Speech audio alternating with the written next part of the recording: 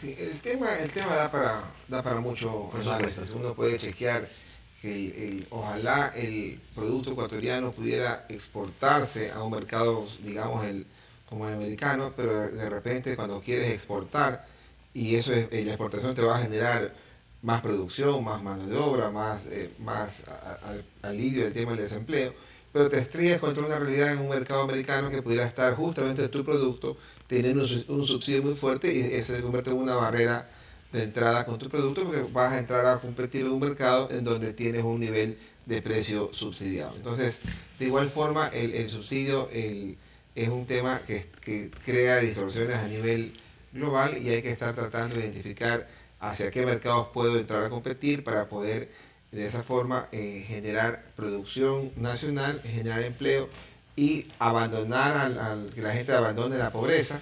Y si la gente abandona la pobreza, entonces vamos a poder eliminar el tema del subsidio en el caso del bono de desarrollo humano y la gente va a poder pagar una bombona de gas a un precio internacional. Es decir, la mejor solución para eliminar los subsidios es que el país crezca, que haya riqueza y que el nivel de la persona pueda tener un nivel en otro estatus distinto al actual, que estamos en un estatus de pobreza bastante alto. Por lo tanto, la solución no está si es que cortamos el bono de desarrollo humano, si eliminamos el subsidio del gas o la gasolina, la solución está en generar riqueza para que los ecuatorianos podamos tener otro nivel de vida. No se trata de los 50.000 millones de dólares del PIB empezar a distribuirlos a todo el mundo.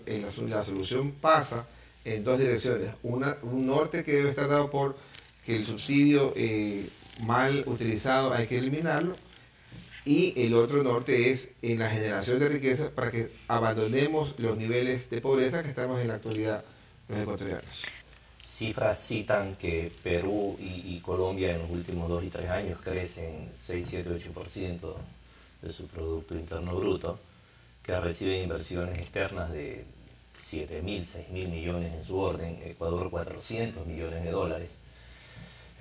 No se confirman cifras, dicen que ecuatorianos están haciendo inversiones ya hace 2 o 3 años en el Perú de 3.000 millones de dólares, y aquí en el país eh, la prensa comenta, o uno tiene acceso a alguna información vía internet, de que existen alrededor de 500 o 600 millones de dólares que tiene la banca privada que no tiene a quién colocárselos, ¿verdad?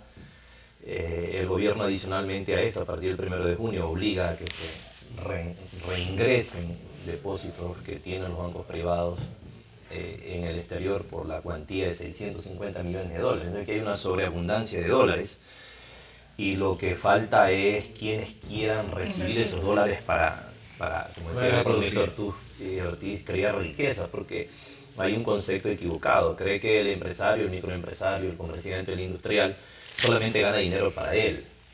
Tienen que existir las regulaciones y hacerlas cumplir por parte del gobierno, eso es su función también, para que la riqueza sea distribuida.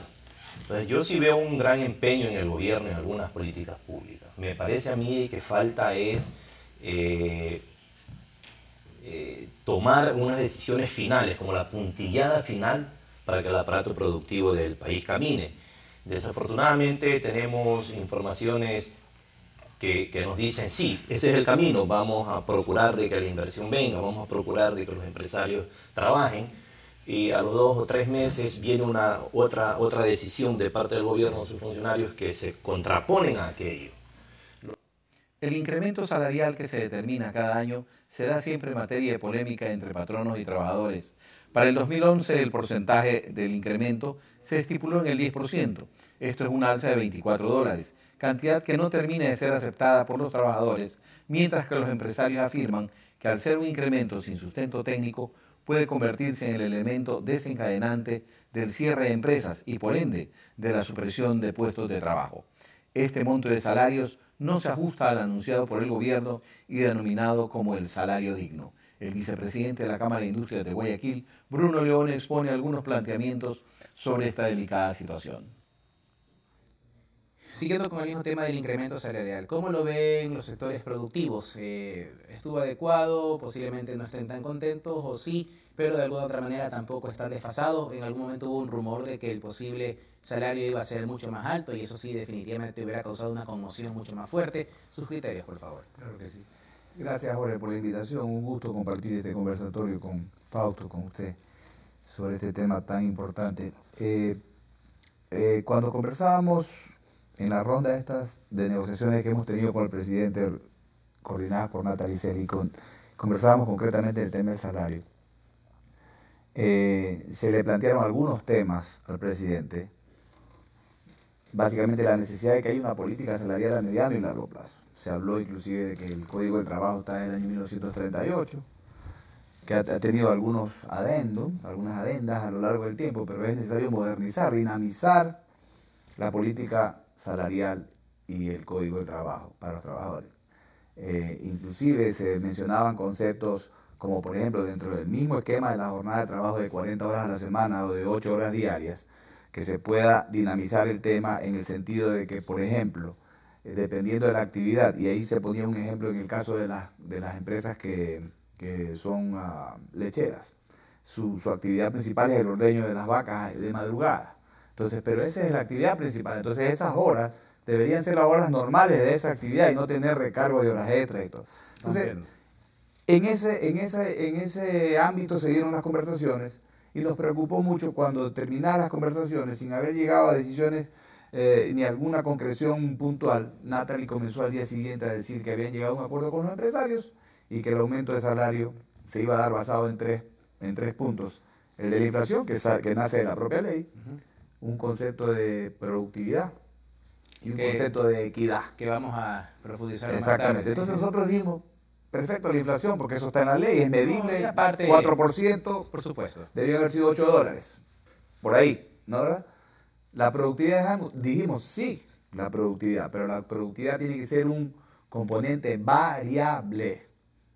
No puede ser un componente fijo, porque usted puede tener un año productivo como puede tener un año no productivo. Aparte que la productividad me imagino que afectó a los sectores, a los diversos tipos de industrias de forma totalmente distinta. Claro, En cambio, la inflación de alguna otra manera, aunque puedan haber diferencias, afecta de es manera una más medida estandarizada. transversal Afecta de para manera todos. más estandarizada. La productividad no es la misma la del sector bananero que la del pesquero, que el arrocero, que el de las flores. Además, usted puede tener, como digo, por ejemplo, si usted es un arrocero, usted tiene un muy buen año porque ese año tuvo un muy buen invierno, tuvo una excelente cosecha, pero al año siguiente no la tuvo, entonces eso tiene que ser variable. Y siendo variable, tiene que ser considerando las características de cada sector. Y hablamos de equidad. Nosotros dijimos, ¿cómo se mide ese tema de la equidad? ¿Verdad? Porque no hay nada más inequitativo que no tener trabajo. Entonces, ahí nos empezamos a complicar. Y como dice Fausto, y si ahora introduces este concepto del salario digno, yo alguna vez decía, bueno, lo que para mí es digno, para usted puede ser indigno. Entonces, también ahí está por verse el gobierno y en ese diálogo se comentó, ellos mismos no saben todavía cómo hacerlo. Entonces, dice, ninguna empresa puede declararse rentable hasta que...